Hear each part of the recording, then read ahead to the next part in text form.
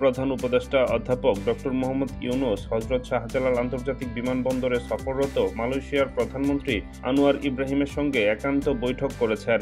এর আগে শুক্রবার অধ্যাপক ইউনূস বলেছিলেন, ঢাকায় তার পুরনো বন্ধুকে স্বাগত জানাতে পেরে তিনি খুবই খুশি। বৈঠকে অধ্যাপক ইউনূস ছাত্র নেতৃত্বাধীন বিপ্লব, ছাত্র ও জনগণের আত্মত্যাগ এবং বিগত সরকারের সংগঠিত গণহত্যা নিয়ে সংক্ষিপ্ত বক্তব্য দেন।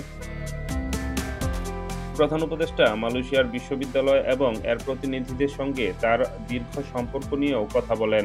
দুই নেতা তার ঘনিষ্ঠ বন্ধুত্বের নিদর্শন হিসেবে একই গাড়িতে চড়ে দ্বিপাক্ষিক বৈঠকের ভেন্যুতে যান।